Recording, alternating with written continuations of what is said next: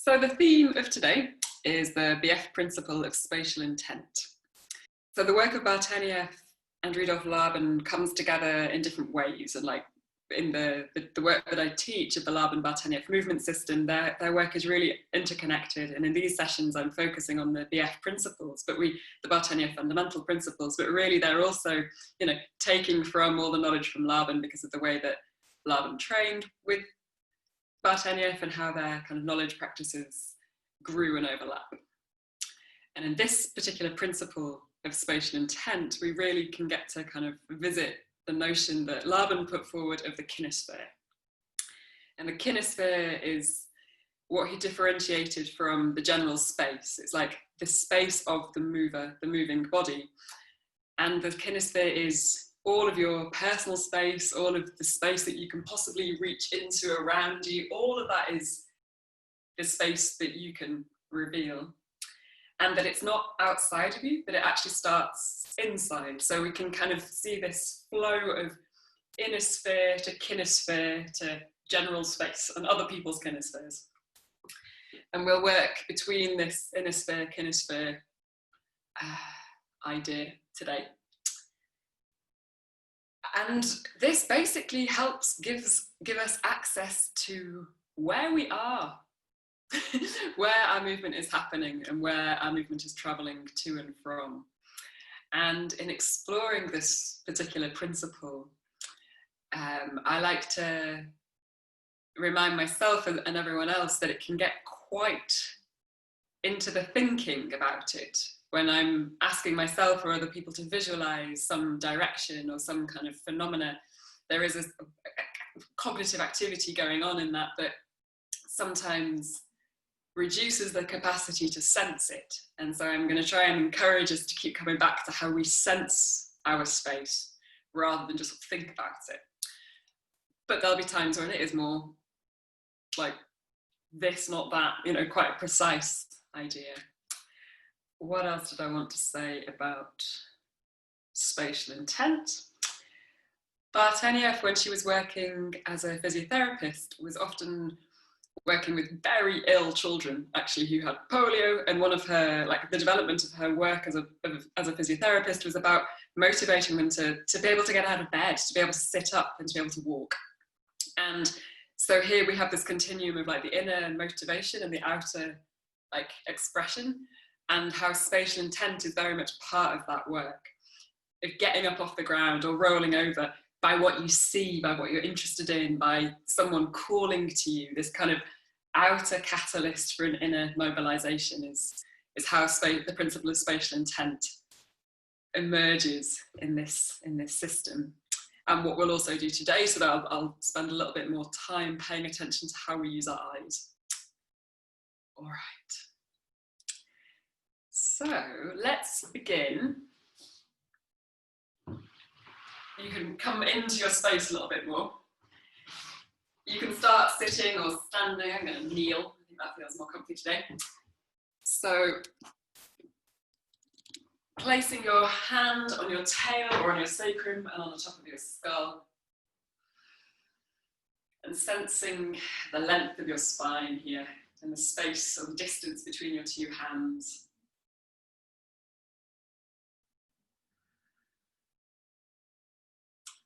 And allowing your breath to become conscious in your awareness. And so we can already tap into a bit of breath support to give us access to a lengthening and a shortening of the spine. And so lengthening, giving us access to the space above us. And shortening, taking us downwards.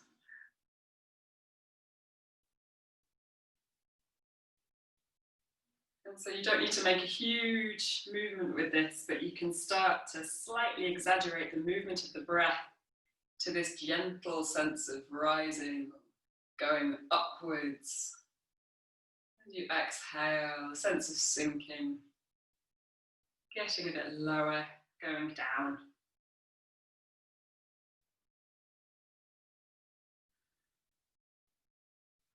And then if you're not standing, let's put that on our feet.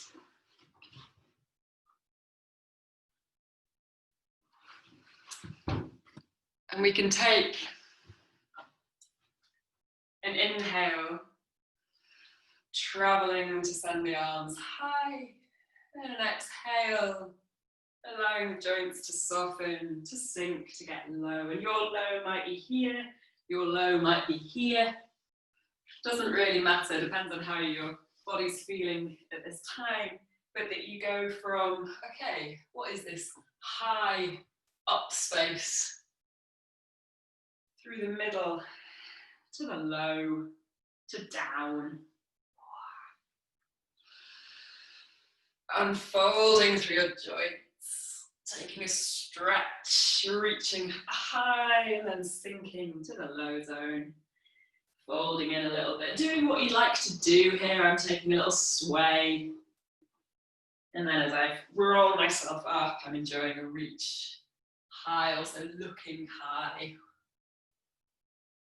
Seeing what your body's calling for, that these different pulls in space of the high and the low can activate.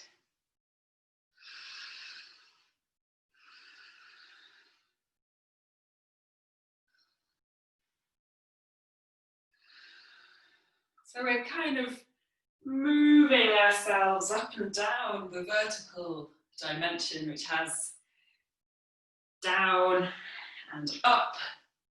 And this dimension in kind of geometrical, mathematical language is one single pull in space. And of course, our body is far more three-dimensional than that and has all this extra directionality going on. But we can use that sense of a primary pull in space, down and up and down. And we can make that a little bit smaller to find bounce. So here we have our sense of heel rock, but now in standing. And when you're ready, you can take a little pulse, feeling the up-downness. But because the head is nodding, we've got a bit of forward and back happening as well. But the emphasis is on this connection of up and down. Super. And then just take a little shake, find the center between those two pulls up and down. And I already started to recuperate by a little shift side and side. So obviously with just up and down, this is not so much side side or forward and back. And now let's take time to sense into the bony landmarks that might help us go to the side. So I'm going to start at my collarbones. You can start at the ribs. You can sense the back of the sacrum to feel the two halves of the pelvis. And so you can feel how these bones give you already an access to traveling sideways. Collarbones easing to one side and the other. Ribs.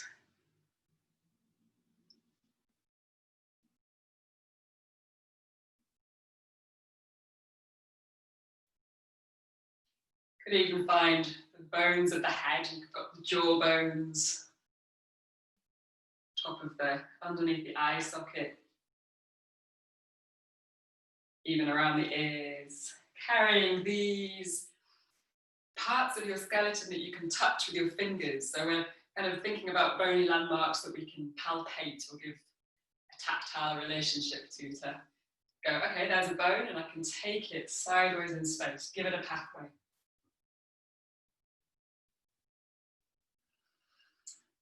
And then I can extend that more from my skeletal core to my limbs. I can find a sideways pull of my arm or my fingertips, or of my heel even, traveling sideways.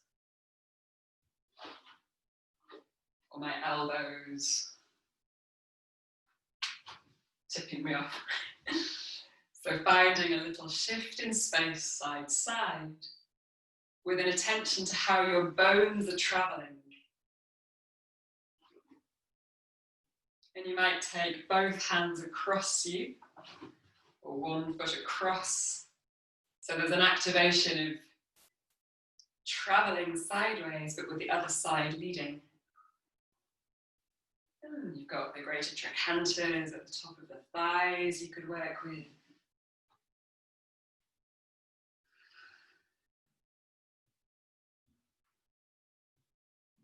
And so here we are in the horizontal dimension.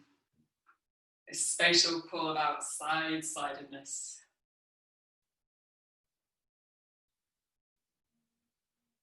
And your head might even go sideways.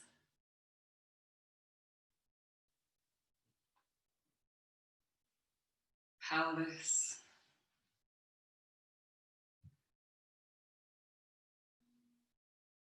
And again, using this to come into the sensation of the body, coming into the use of the skeletal architecture as a catalyst for movement. And then if you've been moving in the same tempo, just give yourself a little recuperation side-side in another kind of tempo. I'm taking a little bounce.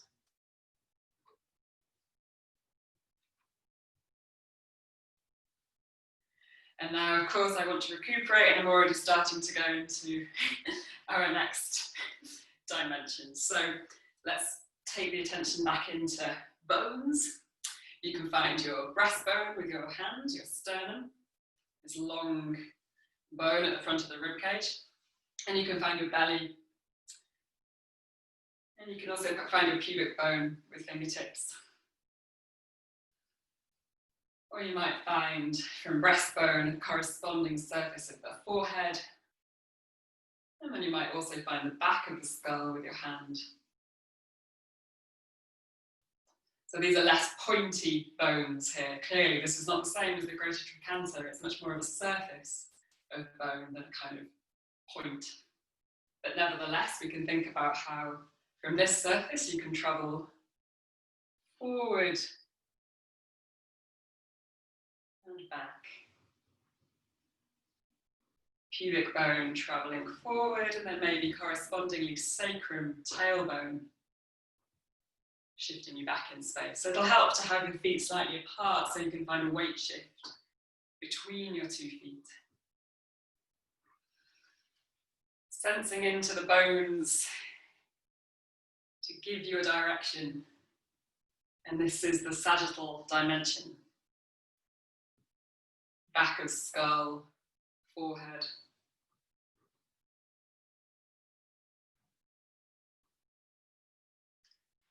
And again, we can add the arms into this of shifting forward and finding a corresponding expression of that forwardness through the bones of the arms, through the fingers. And you can try also finding a gesture behind you, backwards.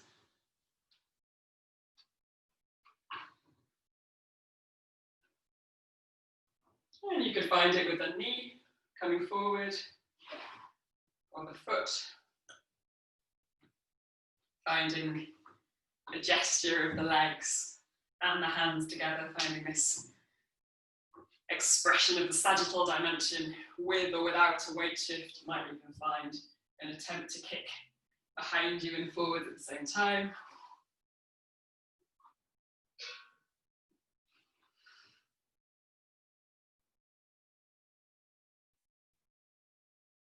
So it's quite simple working with these dimensions. Up, down, side, side, forward, back. Not a super amount of complexity, really, in terms of the spatial pulls. We're dealing with just one.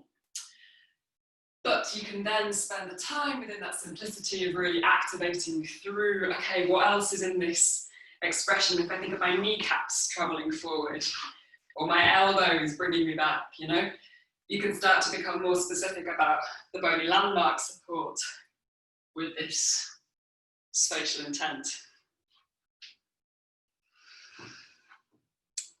Okay.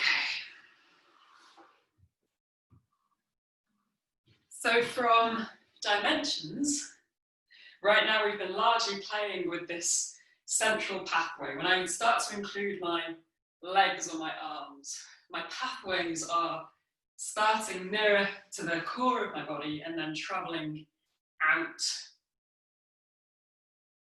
and then returning back to the center. So it's very simple. The pathway I'm making has been a central pathway, starting at my body's center, passing through to another central pathway with this one single direction. But I can make central pathways not only in these 3 dimensions. I can make central pathways that pass from down here to here, to here, to here. I can play with central pathways coming off all of the multiple possible directions of my kinesphere. So go ahead and play with that for yourself. It can be one hand at once, it could be both hands, but finding these central pathways that start to find far more directions than where we just were in these 3.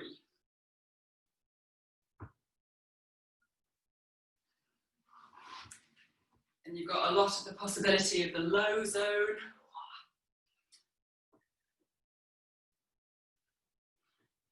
You might find yourself rotating around yourself.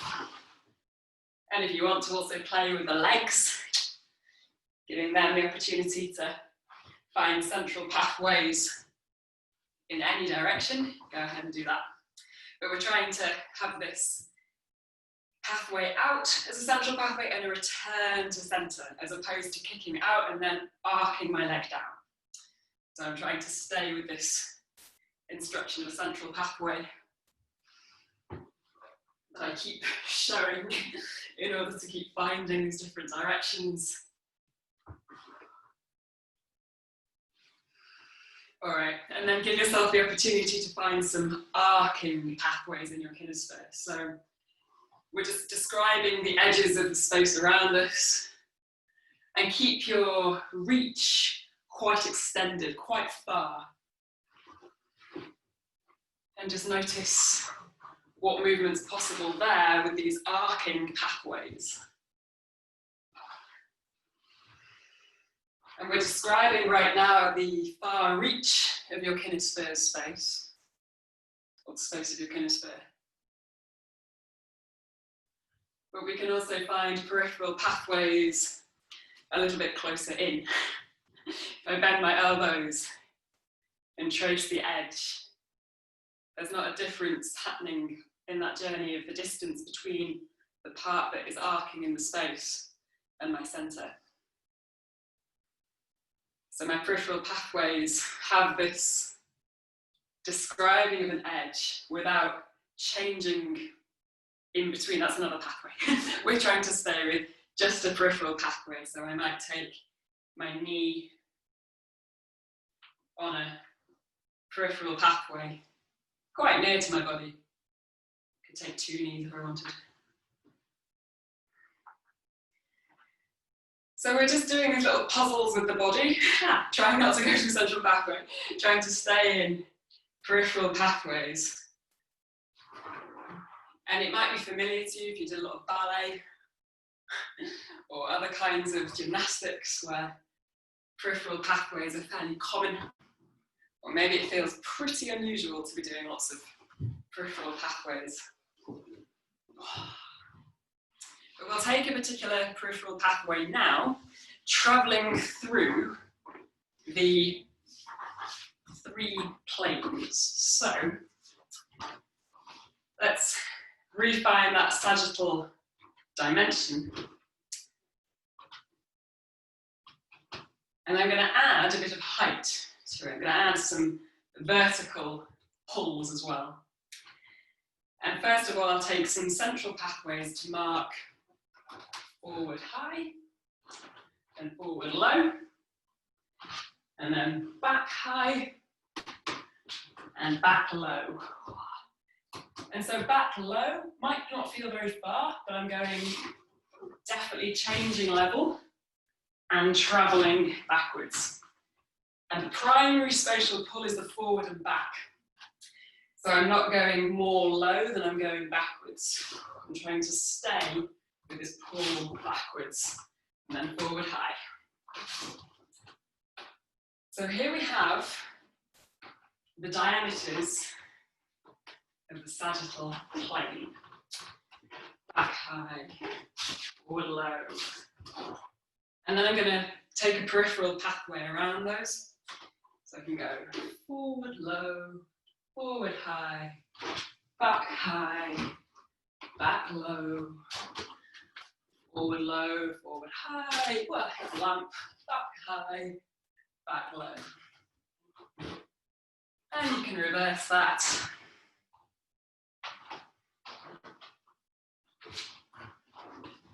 And so with this peripheral pathway,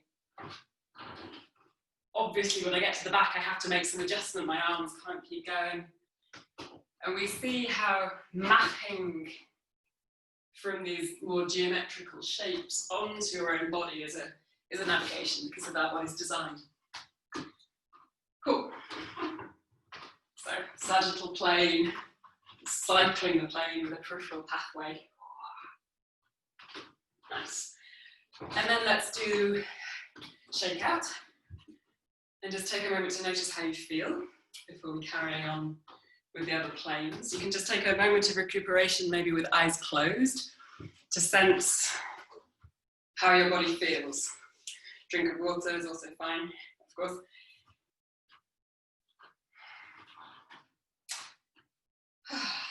Okay. Let's go into the horizontal plane. So from a pull side, we can add on a forward and a back pull. So we're adding on a sagittal pull to our horizontal pull. And again, we end up with this sort of visualization of a kind of rectangle or a table that you're kind of in the middle of. And we can make a central pathway, first of all, to kind of visit those directions. And I can also find my opposite limb traveling into those spaces. The opposite leg and the opposite hand. So I've mapped with a central pathway these diameters, and then I can map the horizontal plane with this peripheral pathway. So traveling, and I'm gonna have to get my arms out of the way as I go behind me. And just cheat that round the corner. So I'm traveling, I'm using my legs also to keep visiting those parts of this horizontal plane that give me access to the sidedness of my kinesphere and the forward and backness of my kinesphere a little bit more.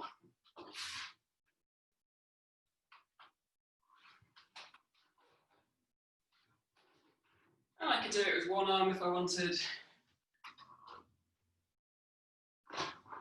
or both hands. Okay. So horizontal plane. And then let's find the third one, the vertical plane. Our primary spatial pull, as we just found, was this up-downness. And we'll add on a bit of side-sidedness. So we'll have not only highness, but high and right, and high and left. And we can find it again with this spoking pathway, this central pathway from core to periphery. And then I've also got right low and left low. And it's more low than it is side. It's not like going really out to the side. I'm staying more with a sense of downness than sidedness. And I can travel that central pathway if I want through my centre.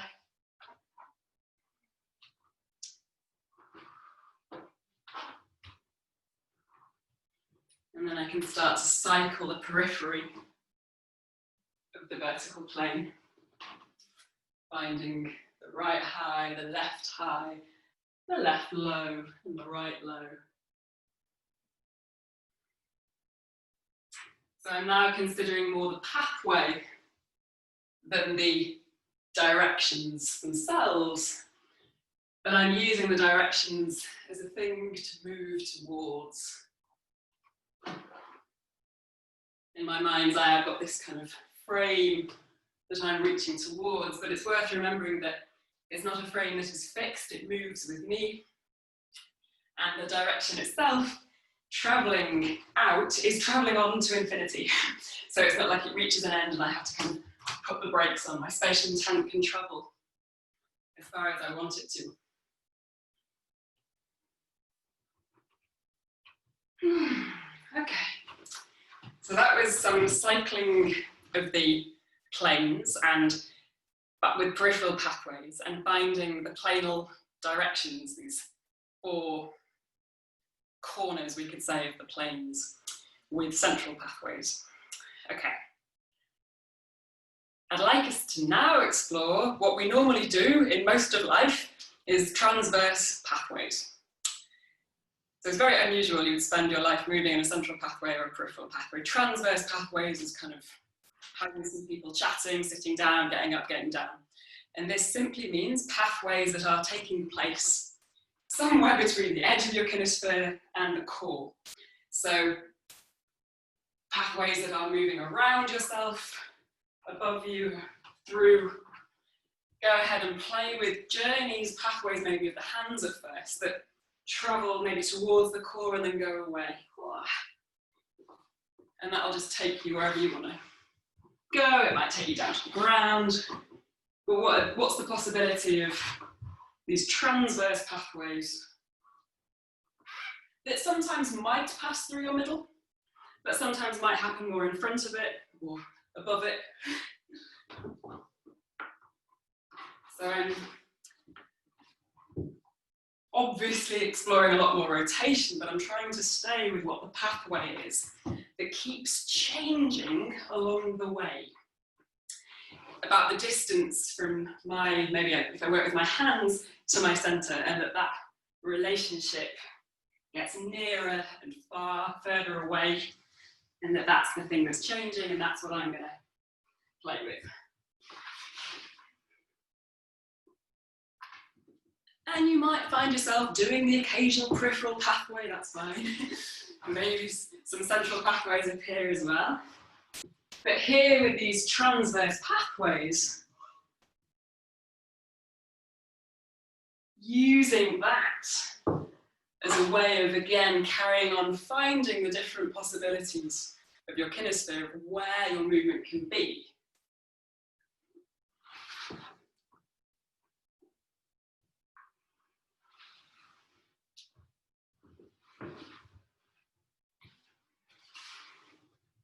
So often with the work of the kinesphere, I have for myself and some of my students this interest in warming up the directions. And here we are trying to discover the different parts of the kinesphere that maybe don't get a lot of activity in them in regular life. Like I don't wave hello to people here, for example. So how does moving into that space maybe help prepare you for the movement later? That's my interest, really.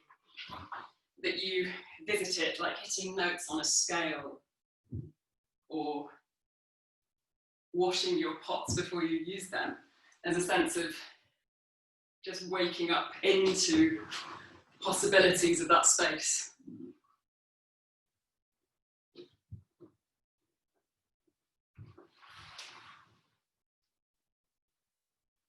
And then using transverse movement, transverse pathways to support that sense of exploration.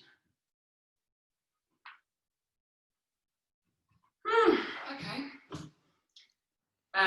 Just take a little pause, take a shake. And keeping with this interest in transverse pathways, I'll shift the attention now to what we talk about as the reach space of the kinesphere. And again, this whole category is very taxonomic, and reach space has 3 categories: far, mid, near.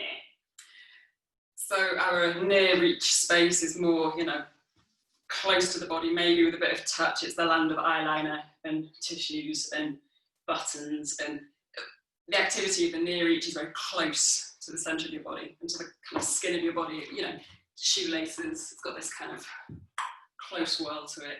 Mid reach, again, where we tend to live more. And then far reach, I had you moving in the far reach with peripheral pathways already, so that'll be fairly familiar. Let's start with the far reach again. So we're going to move in the far reach with whatever pathways you would like, but really activating the sense of the distance between your core and your periphery. And is this only with your hands and legs, or the head? The tail can be involved for sure. I think it's just that you can sense it perhaps more easily with your limbs, but your head and tail can be involved too, sure. Because as we started with, this sense of shrinking and shortening and getting low and lengthening and reaching. So already you're finding the getting nearer in your kinesphere and then finding a reach to then, an extension through the spine to then reach through the arms, so that the change of your body space starting from inside. So with your peripheral reach space, whatever your movement is, go ahead and really see far away also.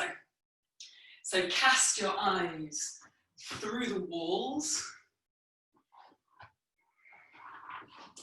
and give yourself the sense of your movement projecting way beyond your fingertips, way beyond your toes, way beyond your head and tail.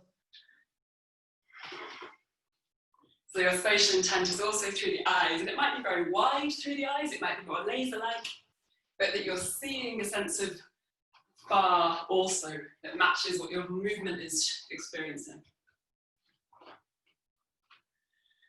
Keep this use of the eyes very far and bring your movement more into the mid-reach.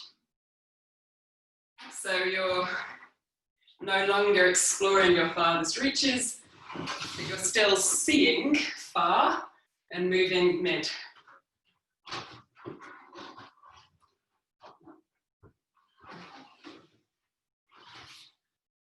Carry on seeing far and bring your hands to the near reach. So finding near reach movement in your kinesphere and far reach with the eyes, which might feel a bit strange. Certainly does for me. And then allow your eyes to match what your body is doing and come in with a near reach attention of the gaze to what your movement is. And you might even give yourself the chance to come down to the ground and take a little heel rock. So here we have a movement very much about the near reach of the kinesphere. And your eyes might be closed, or your eyes might be softly open, but you're not looking at anything. And perhaps it's easier to sense into body without the eyes being so outer. But let's play with it. Can you find all the juiciness of heel rock, this sequencing from lower to upper through the skeleton to skull, and send your eyes really wide again? And what does that do to your experience? Can you still sense in and see out? And then softening the eyes again, maybe seeing the tip of your nose, bringing the eyes and the attention inwards and closing the eyes. And then opening eyes, allowing that heel rock to rock you, roll you to your side. So you're not going to stop rocking, but you're going to try and roll to the side whilst you're doing a heel rock until eventually hand to ground, pushing yourself to sit. And then re-find this mid-reach movement, whatever you want that to be. And the gaze is kind of mid-reach also. It might be with your hands, it might be with the objects around you that are quite near, maybe the knees, feet. So some free movement in the mid-reach of your kinesphere, and your eyes are also aligned with that, or refined with that kind of mid-reach. And keep your gaze quite close. Let's maybe bring it back in, but take the limbs wide again. Finding that far reach, but with no joining in of the eyes.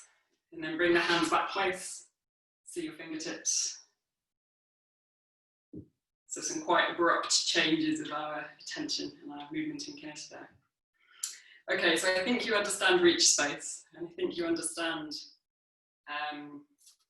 how we can gradate it. So let's do that with X's and O's. I'm going to start, maybe you can see more of me if I do this. I'm going to start in the far reach, like in a sphere, and take this roll to the side and get smaller and smaller and smaller and smaller and really shrink my kinesphere. And then I will find with these transverse pathways, or maybe with central pathways with my legs, that's less important. What I'd like you to do is to really sense this growing of your body in space and finding more of your kinesphere and the journey from the far to the mid. And so if that means bringing your limbs off the ground to help feel that, that's totally fine. It's not how we normally do it, but it might be useful today. Then there's also opening onto the side and coming into the side, also opening onto your front and back onto your side. So the emphasis now with the X's and O's is about reach space. Using some breath support and not feeling like you have to rush through to the far reach, giving yourself all of that sensation of the space in between the edge and the middle. So go ahead and play with X's and O's, finding this transverse movement potentially helping you get small, or maybe they're very simple.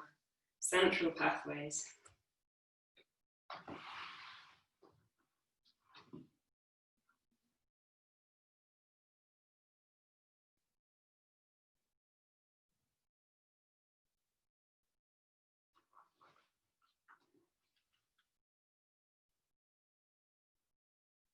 And so feeling this interplay of body and space. We've started by sensing into the bony landmarks, and here you get to continue sensing the directions of the bones, rolling to the side through an elongation of collarbone, extending the arms out by extending through shoulder blade into elbow into fingertips.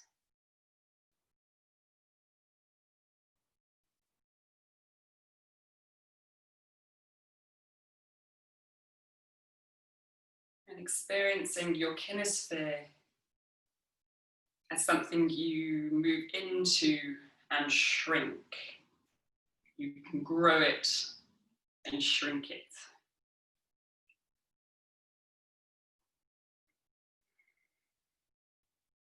And if you haven't explored opening onto the sides or opening onto your front, please explore that a little bit for yourself. And you might end up rolling, you might find side into front, that's totally fine. Make it yours.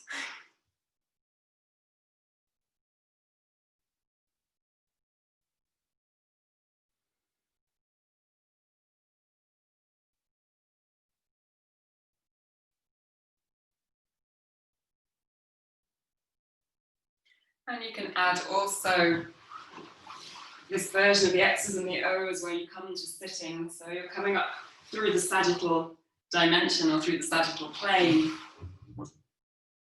scooping your limbs in to get there, and then you can lie back down, falling into the sagittal plane to find yourself lying on the ground. And you might find that not only through just the sagittal, but you might find a bit more of the horizontal version of that. Or is it to come up through the side, to go down through the side of the horizontal? You might find more of the side pull and the backwards pull, or the forward and the side. And you can use your hands on the ground as much as you like. So I'm not being particularly specific about how I'm doing it. I'm more kind of using it again to explore my kinesphere. Like, where is this space that I can use to get down to the ground? Sensing back of the skull, leaning into that sagittal pull and a bit of a horizontal pull.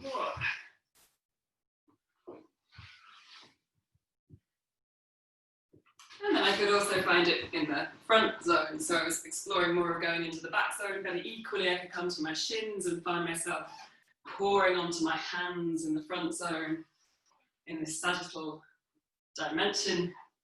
But equally I could find more of the horizontal plane and find myself coming onto one hand or two hands, easing through pelvis, going sideways, but maybe also forwards to bring myself somewhere into this front zone of my kinesphere, finding where else can I travel? To one hand or to two hands. And that might take me back to my shins, or it might take me onto my hands and then onto the ground, and I can carry on playing from there.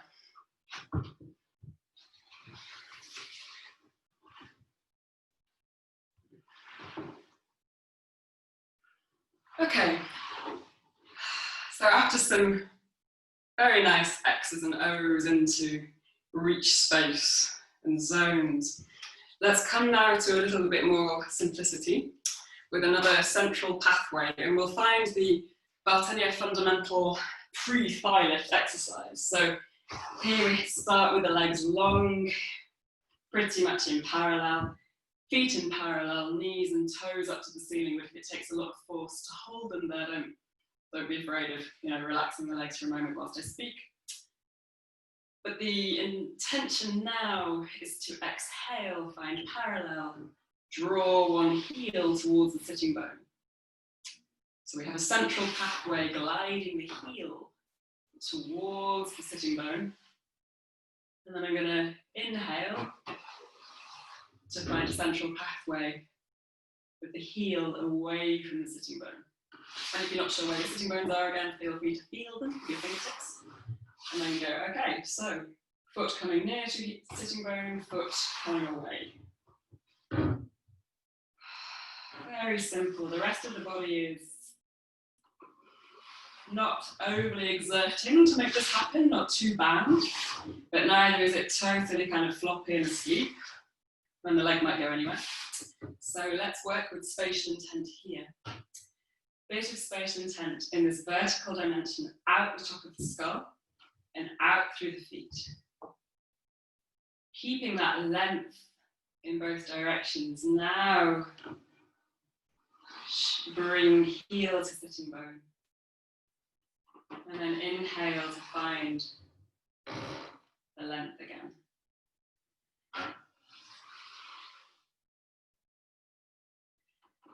Heel to sitting bone is one possible way of doing it. You could also imagine floating the knee forwards. So finding this expression of the front of your kinesphere by lifting the knee, maybe even lifting from behind the knee, a sense of air coming up under the knee, or the kneecap itself traveling forward. And I'm saying forward and not up because I'm using my body as the reference rather than the room. So up is now more towards my head and forwards is actually the knee traveling forwards. It gets a little confusing and I sometimes forget and use the wrong words, but I'm intending to use high above my head and low where my feet are. Which is why the language of heel bone towards sitting bone and away becomes a little simpler in that regard. So play for yourself with a few of these very simple pre-thigh lifts in which we're attempting to activate the psoas muscle, activating through the deeper postural muscles, but also pelvic floor is part of this lifting. Coordinating with breath, so we find the expansion of diaphragm, which is connected into the psoas through the back of the ribcage. Right at the end of the exhale, it's easier to start that shortening of psoas. but it's not really a muscle that we can like feel and activate so easily. And so spatial intent is what can help let go of some musculature, and so the psoas can hopefully engage.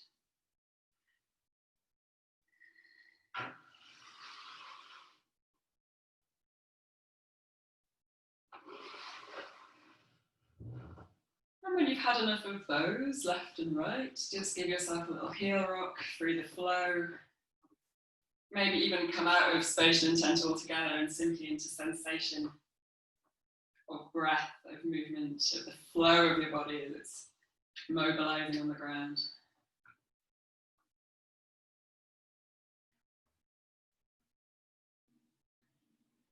And then pausing your heel rock, and please bring your feet flat on the floor so your knees are now both bent in this supine hook position. And let's take knees in a peripheral pathway arcing to one side, and the nose can arc in a peripheral pathway to see the hand. And then undoing those, finding both of these peripheral pathways of knee and nose back to the middle. And then to the other side.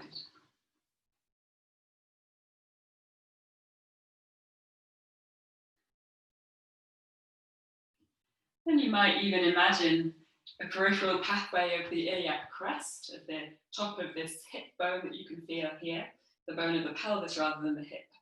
You can imagine that bone arcing in space, so it might feel like it now initiates more at the pelvis. And to come back, rather than initiating through the knees, if you initiated through that iliac crest, what would happen?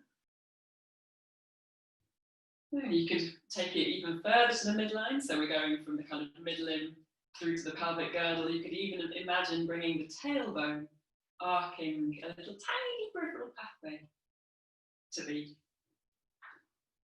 ground again.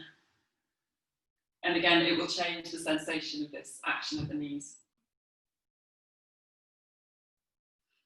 And the next time you find yourself with your knees to the left and your head to the right, see that hand, feel the length of the whole limb, this spatial intent out through the fingers, and let's take some transverse pathways of arm circle. And I say transverse because if I was just taking a peripheral pathway and trying to keep my hand at the same distance from my center the whole time, sure, I'm finding an arm circle, but I'm not giving quite so much of the inclusion of my spine and my head in that. And if I bend my elbow a little bit and extend through my elbow, what does that change about this possible movement? Even if I bring my head up off the floor, where does that mean that my hand can go in this transverse pathway? And sometimes I'm more particular about keeping the lower body very stable in this hip, not rolling with me as I take my arm circle. But today, have a little explore of, okay, if I reach out in space with my fingertips, that might roll me onto my side. And so here we see the effect of spatial intent taking you onto a different body surface. And then you can take your arm in the other direction. And again, you can pause wherever you like, add a bit of spatial intent, see what happens. Or bringing your head up off the ground. And as you do this, you may even start to see the space around you and notice it, get attracted to it, move away from it. And we can carry on an arm circle to bring the palm back to the ground and replace the knees, refine the skull, and explore the second side. Knees to the right, head to the left, activating this arm circle with an attention to the kinesphere, to this spatial intent in motion in this transverse pathway. Seeing what happens if you include more reach at different points. Reach space, what would be a tiny arm circle around yourself. mid reach to far reach.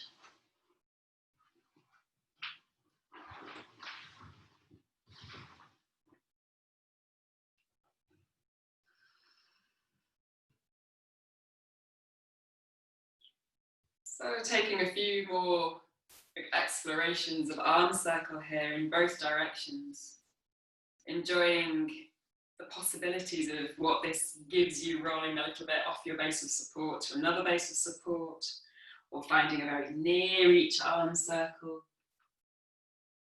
You can even try the version of trying to keep your arm fully extended the whole time and seeing what that means for more of the top of the arm into the shoulder socket without the inclusion of actually your arm circle being more about upper body, upper spine. We've spoken about in other sessions like the head as a limb or the upper spine as a limb that can have its direction, and this relates to the question earlier about can you have these central pathways with the skull? Sure, I can think about how my head can come more towards navel center and lengthen away a little.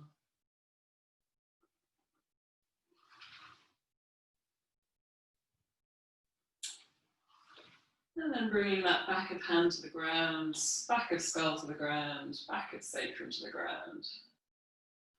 Feeling 2 feet on the ground, both sides of the pelvis, both shoulder blades, both arms. And let's take knees over to the left, nose arcs to the right, finding an arm circle over your head, bringing your left arm in a central pathway towards your navel center to push off that hand and come to sit. And so you can find in sitting, arm circle, back down to the ground, playing around a little bit in your own way, keeping eyes more open and active, you might see but more near, you might go more far. If you're not quite sure where to move or how to move, open your eyes, get interested in what you see and move yourself towards it or away from it. Playing with kinesthetic, playing with level change, peripheral pathways, transverse pathways, and maybe the occasional central pathway.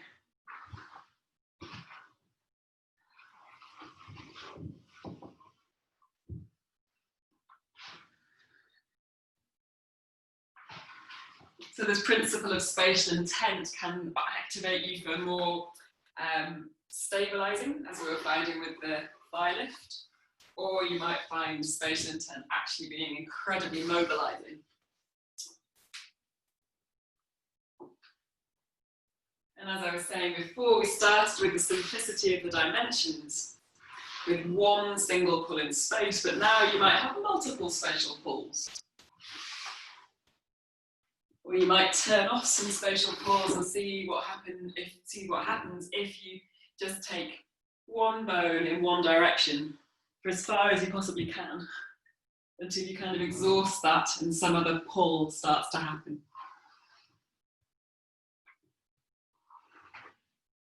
It's quite a nice game to play with yourself, choosing a bony landmark, choosing one part, sending it on a journey up until you're not quite sure where it's going anymore, until it becomes something else.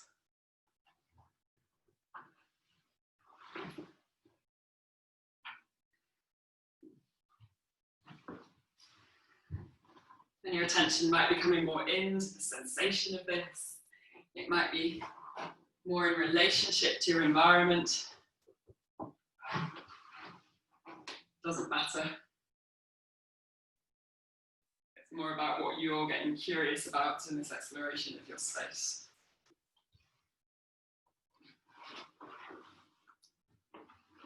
And then let's find an attention back to standing. And refine this down to up that we started with. Sensing into your feet. Sensing into the length of your body, into this high to low to high. And then finding the middle. Taking a little shake, and we'll regather by the computer screen for a bit of a chat if anyone has any questions or comments they'd like to share.